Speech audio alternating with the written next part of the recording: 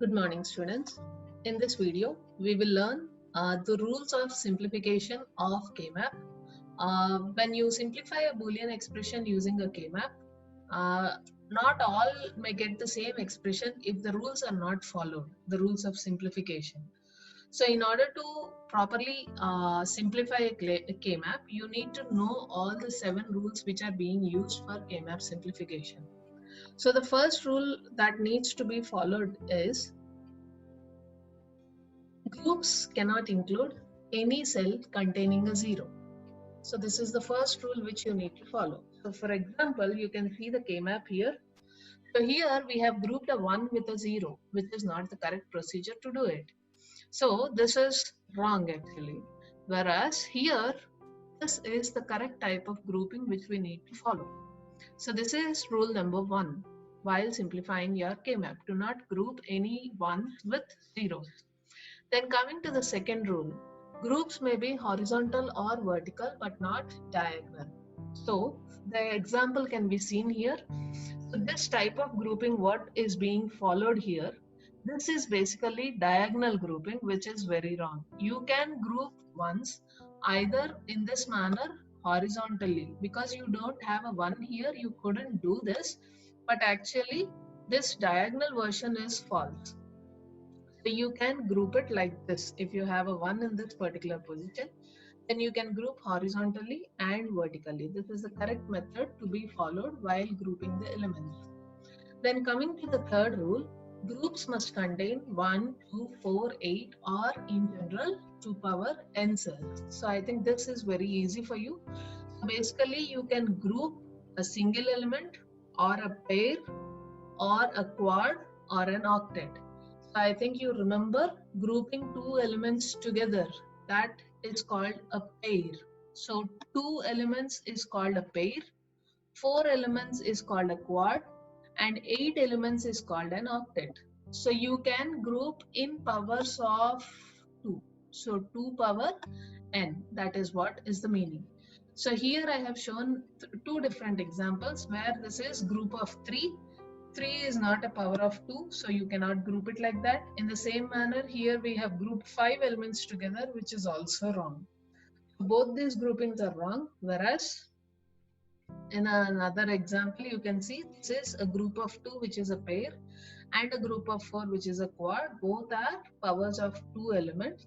This is the correct way of grouping it. Okay. Then moving on to the next rule, each group should be as large as possible. This is one rule which is very important to be followed. So here there is an example K-map given.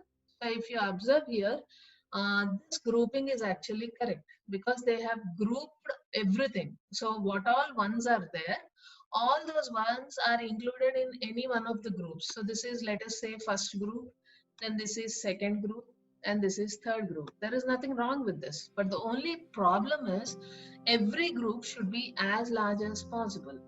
So for the same example, you could have grouped all the 4 elements together as a quad.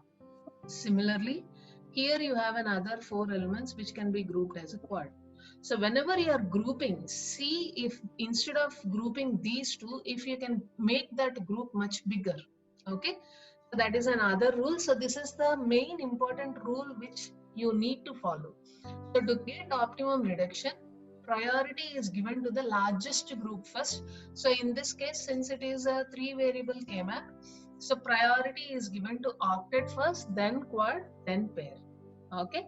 Then moving on to the next rule, each cell containing a 1 must be in at least one group. So the meaning of that is you shouldn't leave any element separately. So if you observe here, there are 3 ones in this particular K-map, but the grouping, if you observe, the grouping is these 2 ones are grouped together, which is a pair, whereas this one is grouped as alone, but this is also grouped. They didn't leave it alone. But is this the proper format of grouping? No. They could have done better by grouping these 2 ones and make it a pair.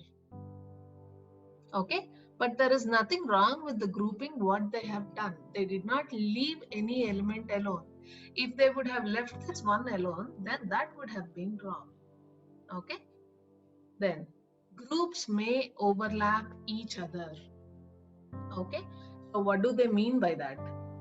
So again, the same example which we have seen. So if you observe here none of the groups are overlapping and they have done it separately without any overlapping. But this is not an optimized grouping.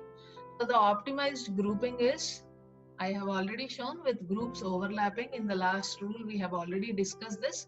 So we have two quads here and both the quads are overlapping in this particular area. There is nothing wrong with overlapping. That is what I would want to make it clear.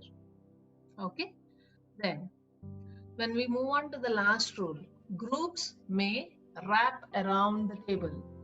So what is this? The wrap around concept is when you fold the K-map, then what happens is the last row will be adjacent to the first row element. Similarly, if there is a 4 variable K-map, here it is last column adjacent to first column. If you have a 4 variable K-map, that means if you have 2 more rows here, then the last row would be adjacent to the first row element. Okay, so this is wrap around. Groups may wrap around the table. When you fold the K-map, so whatever cells fall on one another, those cells are called adjacent cells and you can group those cells. That is what is being shown here. So here what they have done, instead of taking pairs like this 1 and 1 is a pair and this 1 and 1 is a pair, instead of taking that, they could take this as a quad because both the columns are adjacent because of this wrap around condition. Okay, that is the main meaning of this wrap around the table. Okay, so these are all the rules which need to be followed while simplifying the K-map, and along with all this, there should be as few groups as possible, as long this does not contradict any of the previous rules. Because if there are more rules, more groups, then there will be more terms in the Boolean expression what you are simplifying, which is not good for us. So there should be as less groups as possible. Okay. Hope you had a good idea on this. Thank you for this for watching this video.